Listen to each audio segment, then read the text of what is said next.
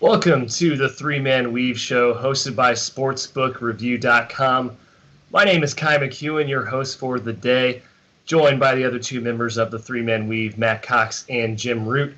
You can catch us live Monday through Friday at 9 a.m. Central on this very YouTube channel. Please do join us live and add your chats to the right-hand side of the screen. We will answer your comments as they come in. Also, please like and subscribe on the YouTube channel. Helps our popularity, helps us grow. We like that, fellas. Let's go to Jim Root first. Say hello out in Vegas. Jim, how you doing today, man? Ky, I'm great. The lines are starting to creep out for day one in 24 hours, but we're not quite focused on those yet. We're going to wait till they open a few more books, but I'm just antsy. I can feel it coming. It's right over the horizon. And Matt Cox down in St. Louis, our hometown. Matt, how you doing? Ky, I'm great, man. I'm just checking my bank account, making sure I have the capital that I need to lock up a lot of these futures we're about to be sharing for you folks today out there. And there are plenty on the board, value everywhere. So if you haven't, kind of carved out that bankroll to keep your futures books, well funded, now's the time to do that.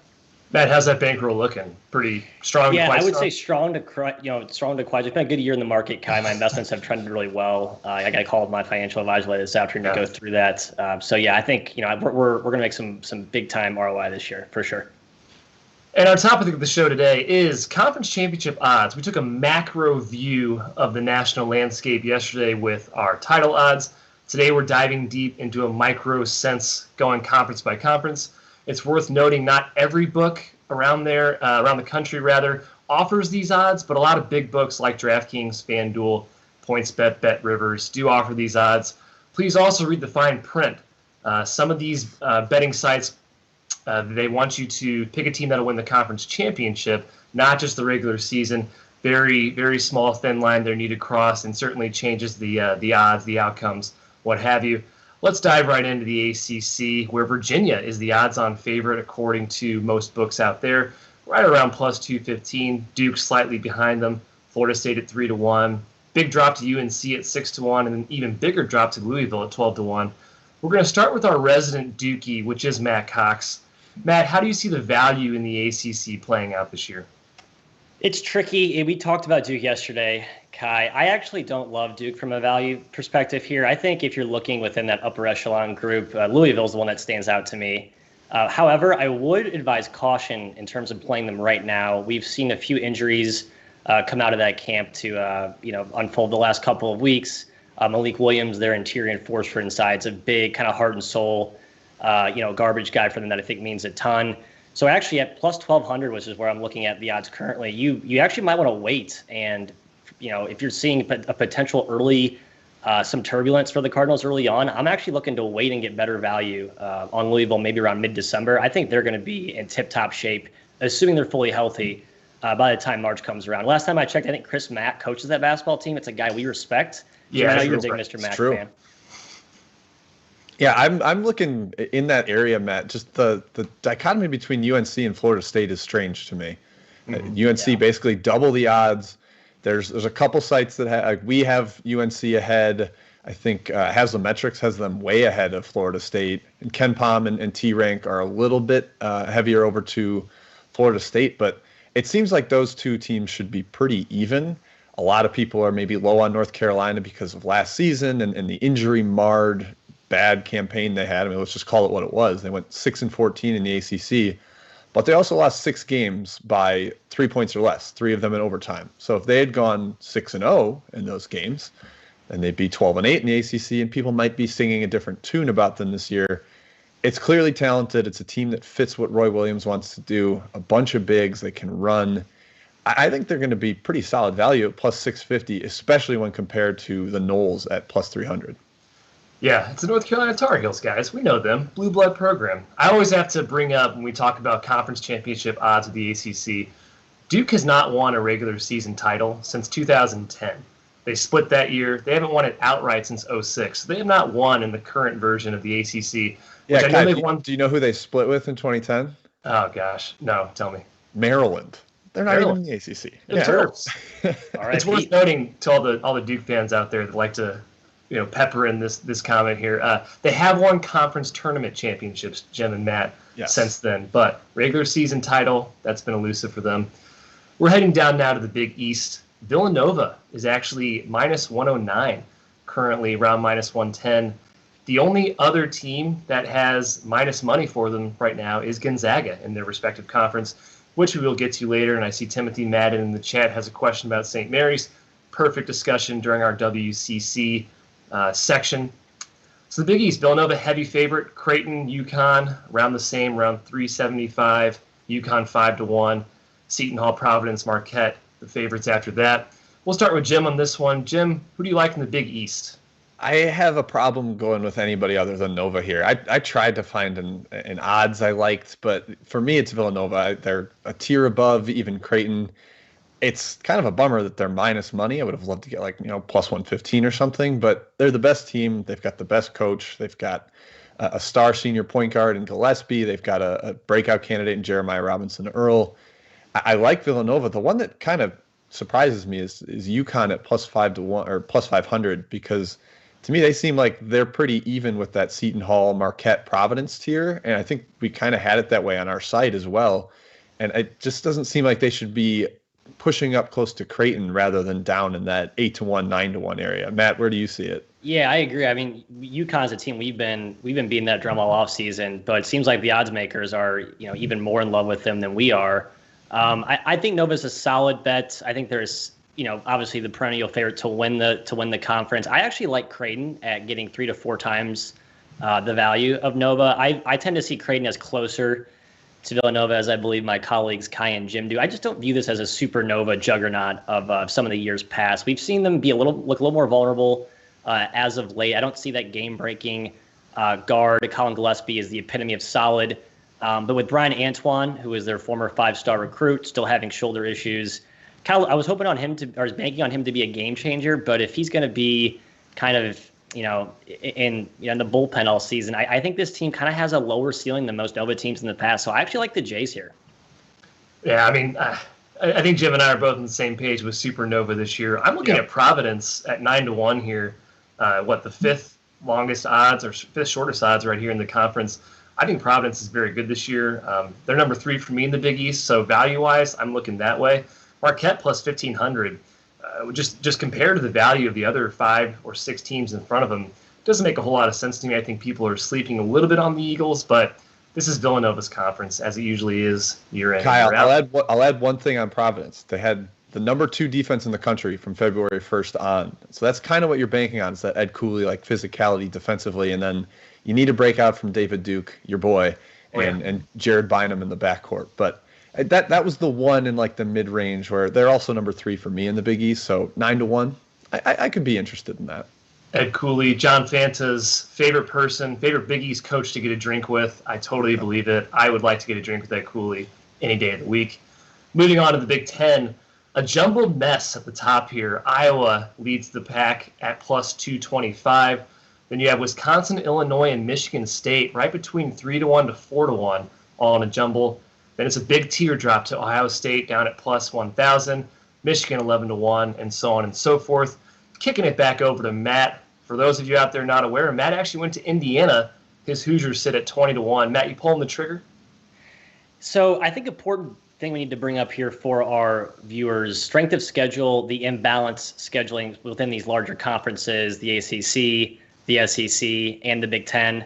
OnlyColors.com, a very strong Michigan State blog, I believe, did an analysis breaking down the strength of schedules with the imbalanced conferences. Ky, my Hoosiers, one of the hardest schedules in the league. I believe the third hardest. The second hardest is the Iowa Hawkeyes, a team that we told folks to run and hide from in yesterday's show. We will reiterate that point now. Not only are they overvalued from just a pure line perspective, they have to play a harder schedule within conference. On the opposite side of the spectrum, Wisconsin, the easiest road to a Big Ten title. So if you're a fan of the buzz cut basketball brand of basketball like my boy Jim is, that's where he's cut from that cloth. I got a feeling Jimbo Roots eyeing the Badgers here. Jim, am I right on that lean or no? Yeah, I'm peeking at them. I that's the team I picked to win the league on our website, and plus 350, it's pretty solid. It's this league tiered out kind of how we talked about it on our own 3-Man Weave podcast, where we think the winner's probably coming from that top four of Wisconsin, Iowa, Michigan State, and Illinois. And that's really what the odds makers are telling you. They totally agree with that. I like Michigan State and Wisconsin. I think they're kind of the high floor Wisconsin, high ceiling Michigan State. And Iowa, the big draw is they bring so much back. It's like, oh, we bring back Garza, we reload with that. Wisconsin returns just as much production. They just don't have that shiny toy at the top of the roster that makes them super intriguing. Ky, are you a Badger boy or a Sparty guy with me?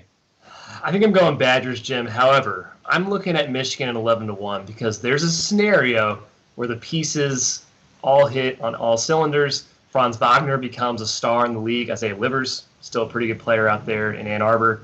There's a scenario where they can make a run at the top of this conference. I don't see Indiana winning the league, even though Matt is on our show and he's a big Hoosier fan. Everyone else below there, Purdue, Rutgers at 30-1.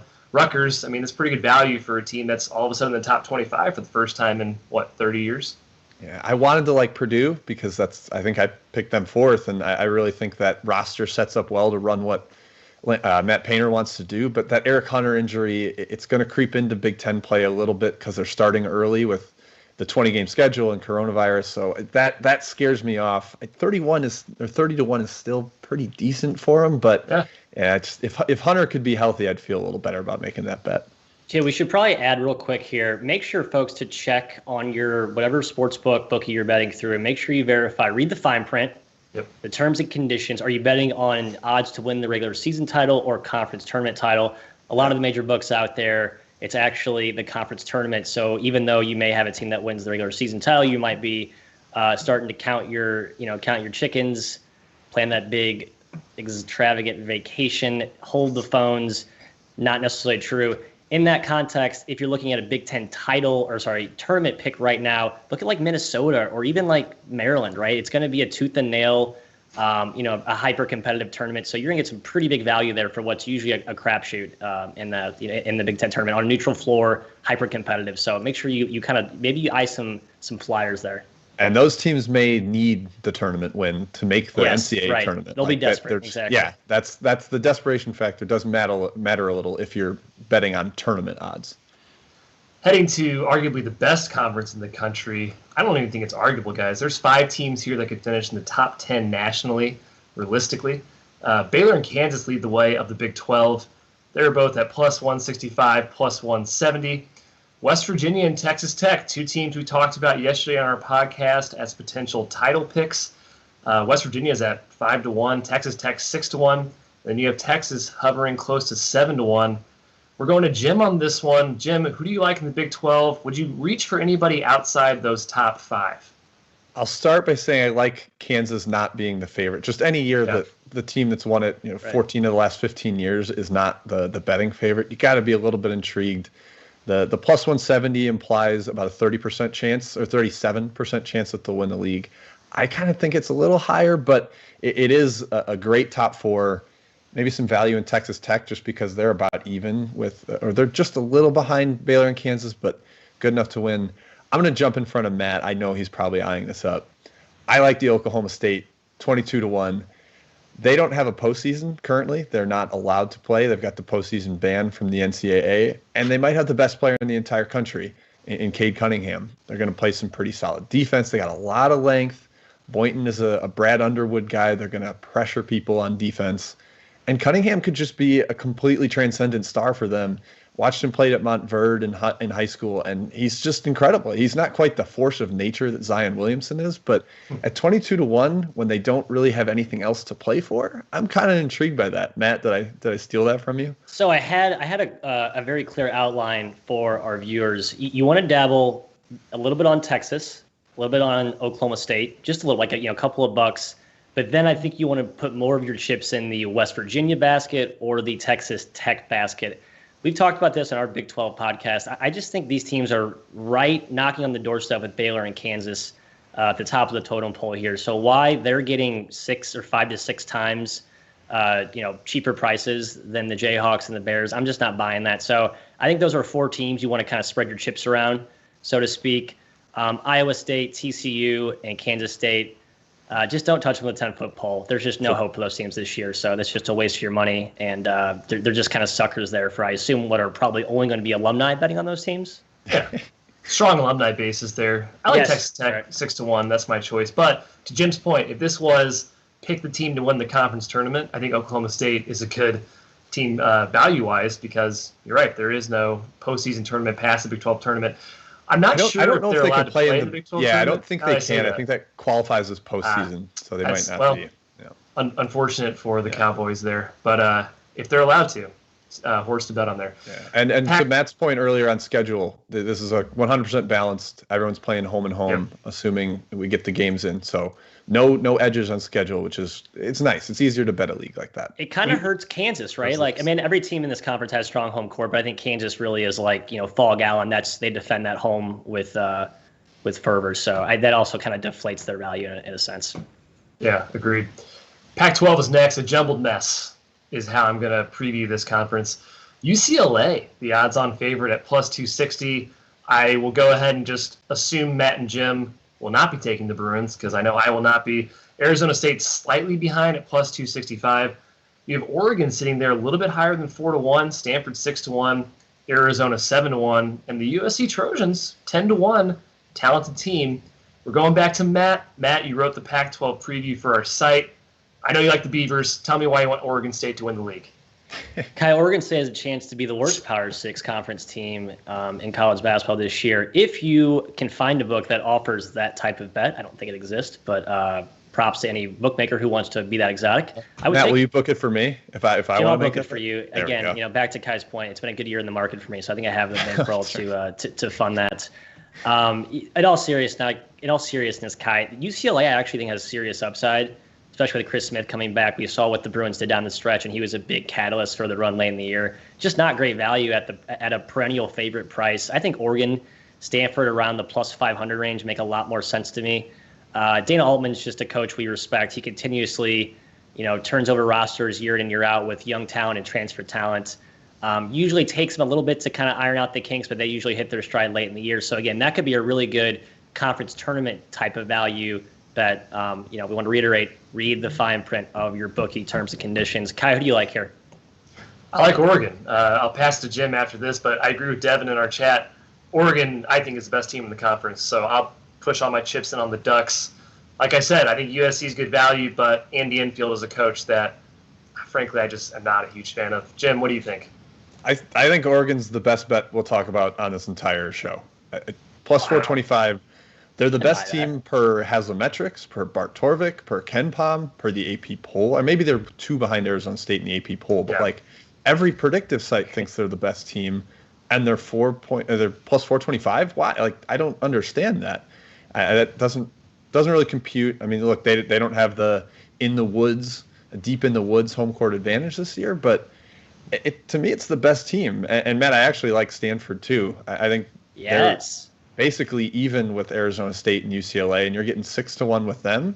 Their defense could be top 10 in the entire country. So I think those two teams have way better value and are both really good bets. But Oregon, I have them highlighted in green on my outline here. I think it's the best bet we'll talk about today. Is that Oregon green, Jim? You have them highlighted in?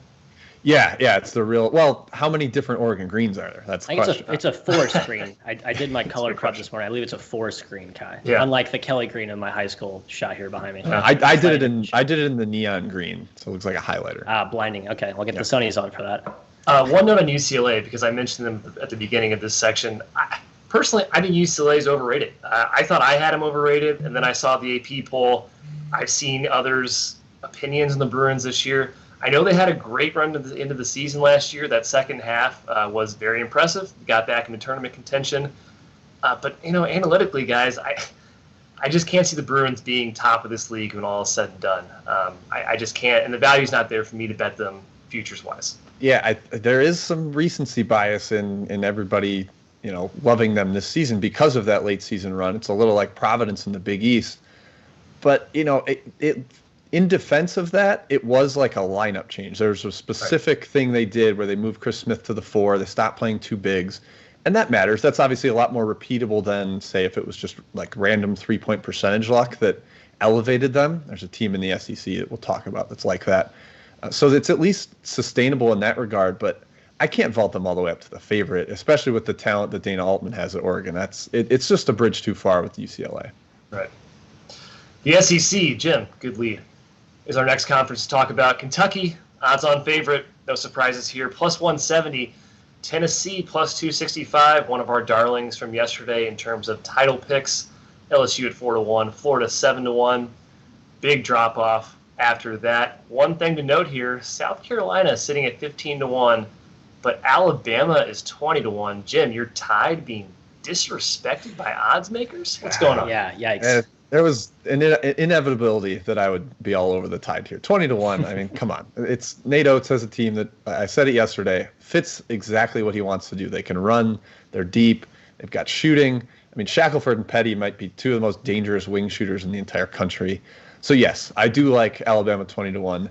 I think my favorite bet's Tennessee, though, simply because I view this as like a toss-up, a coin flip between Kentucky and Tennessee. They're the clear two best teams. And if Kentucky's plus 170 and Tennessee's plus 265, the value just makes sense there. If they were valued at the exact same thing, like both plus 200, I wouldn't have a dog in the race. But man, I like that Tennessee. And then from a long shot perspective, I'm never going to say no to Alabama at that price. Yeah, I think Alabama's the best bet. Jim's right here. He is the token Nate Oates flag bearer. And I will be hopping on that bandwagon with him this season if there's room, Jim. I believe there still is. I actually like Florida. We'll see if I let you on there. I don't know. Okay, well, I'll sneak on the back or something. Come on, dude. We talked about this. Like, I thought there's plenty of space left. I do like Florida. We talked about Florida yesterday. I'm going to cover my eyes with this bet. Plus 700. I'd like to get maybe something closer to plus 1,000. You can find that out there. The personnel and talent is just really robust this season. And Mike White, for all the trials and tribulations, to put it nicely, he endured last season managing that collection of toys. I think he's going to figure it out this season. So I am cautiously optimistic that the Gators will be a force to be reckoned with. I think we end up talking about them right in that Kentucky-Tennessee tier by season's end. Our Tigers, Jim, Mizzou. Jim and I went to the wonderful world of Mizzou for college. They're 40-1. Why not? Why not us? Say the Tigers. Because we can't score, and Jeremiah Tillman's already in foul trouble. Don't bet Mizzou. Hey, my boy Drew Buggs is disrespected. That's just not nice. I'm sorry. The Hawaiian Rainbow Warrior. Are you serious? He's going to lead you guys to great things. Yeah, that's true. The fourth best point guard in the Big West is really going to be. Oh, he did down here last year. He's fine. He's bounced back. SEC is not as good as the Big West. We've talked about this time and time again. And we're moving on to the next section of our show, the AAC, the American. We're getting into the quote-unquote mid-major realm. We don't consider this conference a true mid-major. Houston, a team that could definitely compete for a Final Four this year, leads the way at plus 125. Most books still have SMU as a second favorite, despite their injury concerns at plus 375. Memphis at 4-1. For me, the best bet in this conference. Then Cincy at 9-1. And so on and so forth. Kicking it to Matt for this one, the American. Matt, you rolling with the Cougs, or are you going somewhere else? I know you're a big Pony Express guy. We talked about that yesterday. Yeah, Pony Express has already been locked and loaded. That bet has been shipped. It's in the hopper. I expect to yield some ROI off that one. I know Jim's right there with me. I kind of like Cincy at plus 900 though. Feels like this team's getting slept on. I know they lose Jaron Cumberland, who is such a key cog of what they did last season. I think Mike Brandon has enough. He brings enough back. Sorry, John Brandon, not to be confused with Mike Brandon, coach of American University. I just posted the page. Yep. Facts first on this show. I think there's enough talent, enough returning pieces there. They're going to guard. They're going to defend. You can see a scenario in which Houston just doesn't quite live up to the same standard they had the last few years. I'm inclined to think they will, but there's that downside risk for Houston potentially. There's a little bit of downside risk from Memphis with all the young. While you're older, still young talent. So I think, Cincy at close to plus 1,000 makes some sense here. I think Houston's kind of bad value here. They're just too close. They're not ahead of the field the same way that like Villanova is to me. I love Houston, but it's more of a high floor team versus like, they're going to shoot up into the top 10. Like when they had Fabian White and Nate Hinton, I was whispering to you guys about maybe having them as the number one team in the country. But you lose those pieces; those are big enough to knock you down a peg. I really like Memphis. I agree with Ky. I think they're the most talented team in the conference, and if Penny Hardaway can kind of figure that out and get those guys going from the freshman to sophomore leap, you bring in Nolly. Hopefully, you get the waiver for DeAndre Williams. At 4-1 makes a lot of sense to me, Matt. I don't think I'm joining you on the Pony Express. Ooh, there's a risk. I thought we were gonna get like plus 700. I'll be honest. I just think I owe it to myself to bet plus 400. It's not great value, so I think that's more of a homer pick. So just a quick caveat to those who just quickly scoured to their books and played it. I am on it. I don't love the value. I'm with Jim. I would like closer to plus 700. I like Wichita State just a little bit. I think everyone's counting us out. Yeah. Yeah, there's we're in this bunker together. We lost Greg Marshall, but it's an associate head coach or a promotion internally, so they know the system. They bring in Billy Kennedy, who's at least kind of a guy who's been there before. I think he shared an SEC title at Texas A&M with that Daniel House, Jalen Jones team. So he's got some winning experience under his belt, and he's just going to hopefully be the steadying voice for a team that I like the talent. Tyson Etienne, Dexter Dennis are one of the better wing cores, possibly the best wing core in this league. 11-1, you take a shot at a team that is just kind of like, no one believes in us. Let's go win the conference. Yeah, I was seeing South Florida with shorter odds out there than Wichita State, and that doesn't make a whole lot of sense to me. So, Jim, I'll buy your Wichita State dabble. Brown, their new head coach, has been an assistant for a long time at that program. The A10 is where we're going next. Richmond plus 250 leads the way, but SLU essentially the same value currently. You also have Dayton sitting at plus 280, and it's a big drop after that. Personally, I liked the Spiders until the Nick Sherrod injury. That's turned me away from Richmond. I'm a big SLU guy now. I think they could actually make quite the run for an at-large bid this year. I'm going to save Matt for last because I know who he's going to dig for farther down in these values, and I'm going to go to Jim first for his take on the A10. I like the same one Matt is, but I'm going to let him paint the picture. You're coming on board? I'm on board with these odds. I think this league is priced about as well as any that I've looked at.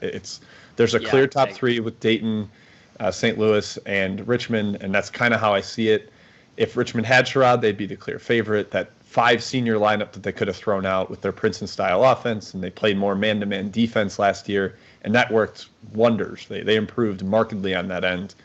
But, the one team, Matt, I'm just going to tee you up for it. Tell the people about your squad. Folks, there's this place in upstate New York.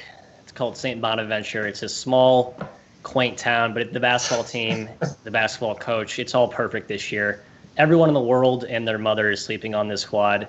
At plus 1,000, I see the Bonnies as potentially, 1A, 1B, 1C, 1D with SLU, Richmond, Dayton at the top of the totem pole. There's some inherent risk, I think, with Dayton. We just don't know what they're going to be in a post-Obi Toppin world, although I think the guards are fantastic. I think Richmond, as Ky mentioned, losing Sherrod, there's some downside risk there as well. SLU has all the ingredients, but, until they shoot better than 20% from the free throw line, I just can't trust them in close games. And you're going to need to win a few of those in this type of context, right? This is you're betting on a team to win the conference or a tournament, so there's no spread implication here. The Bonnies are awesome. My guy Oshuni, if he can just stay healthy, please, injury guys, let him stay healthy. The Bonnies are going to be dancing this year. Good point about SLU, the worst free throw shooting team in the country last year.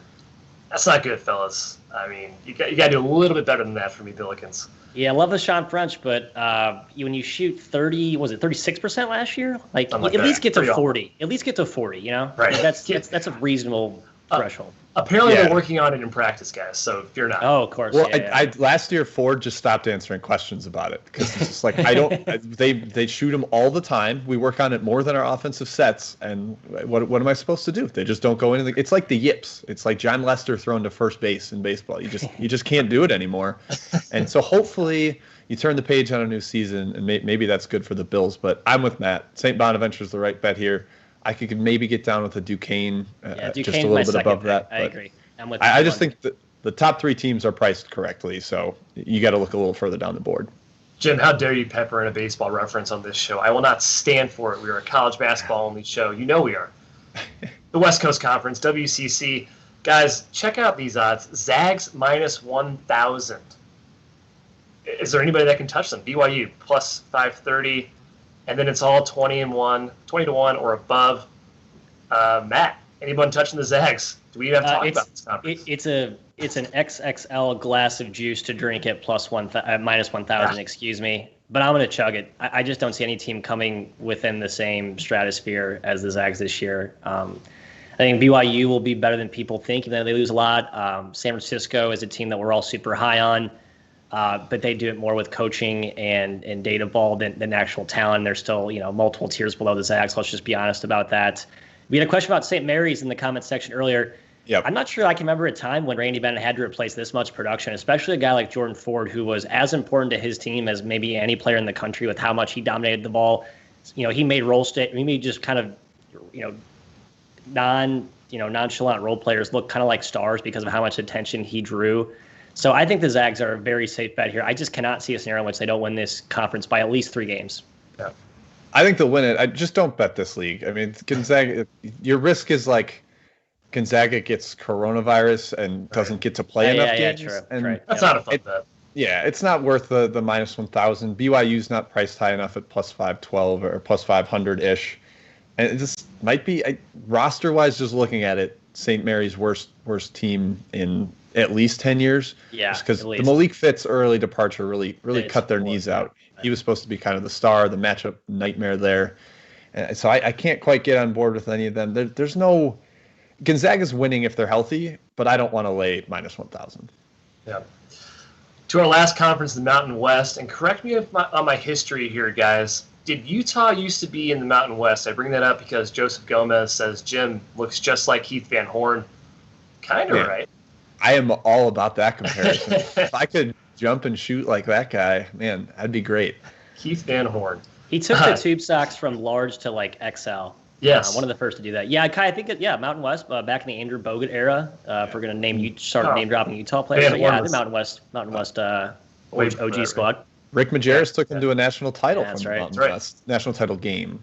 That's right. Andre Miller, yeah. That's right. San Diego State leads the way in this conference, plus 170. There was a question in the chat about UCLA being minus 3.5 against San Diego State. I mean, I'm taking the Aztecs all day at that price. Just throw that out there. We're getting to our gambling show starting tomorrow. Boise plus 250, Utah State plus 275.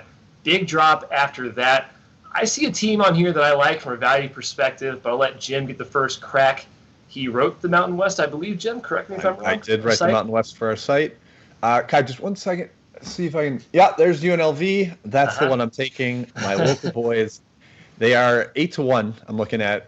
Honestly, Colorado State too, 15-1. They're kind of in the same vein where they're a little bit like the younger upstart team in this league, but they're both heavily talented. UNLV brings in David Jenkins. They could have 2 20-point scorers with the way Bryce Hamilton played last year, and Jenkins is just a shooting star.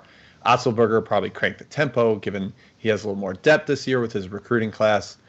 I think that's just good value at 8-1. And Colorado State, coached by Nico Medved, awesome offense, really fun to watch. The motion that they have, kind of the continuous flow around. Isaiah Stevens is really the trigger man for them, but lots of weapons. And yeah, I just think both those teams are in that tier 1. And so I'd rather go with them than somebody that's priced like Boise State or San Diego State here. Right. Matt? Yeah, it's a shame that the COVID virus struck Colorado State. I believe they're on a shutdown currently. Nico Medved, I should mention, might be one of our favorite coaches if we had to, rank all 1 to 357 in terms of just relative affection compared to the national consensus. He just knows everywhere he goes, he just lifts programs to new. He elevates them immediately, and that's what he's starting to do in Colorado State. He returns a really stellar sophomore class. They lose a double-double machine in Nico Carvacho, but from what I watched this team last year, I think he is maybe not addition by subtraction, but a guy that they're going to be built to play just as well, if not better, without him. And I think that's partly why you're seeing such good value for Colorado State this year in the futures markets. It's why I think in general most people are probably underrating them. I think they have a chance to finish top 3 or be within a game or two of this league, which to me gives plus 1,500 a blinking green light of value. Yeah, in a league where there's no certain team above the rest, in my opinion, and that's the Mountain West for me this year, I like a team with longer odds like Colorado State. Like you said, Nico Medved, one of our favorite coaches, the Furman to Drake to Colorado State jump. He's been successful everywhere he's been. he's really building that Colorado State program back up. Utah State, they have a coach we love as well. Our affection is high for Craig Smith. Yep. Certainly getting the third shortest odds. I like the Aggies as well on that one. San Diego State is the best team in the league, in my opinion. Like I said, I like them against UCLA coming up in their matchup. Yeah. But there's just not enough value there for me to put my money on the Aztecs.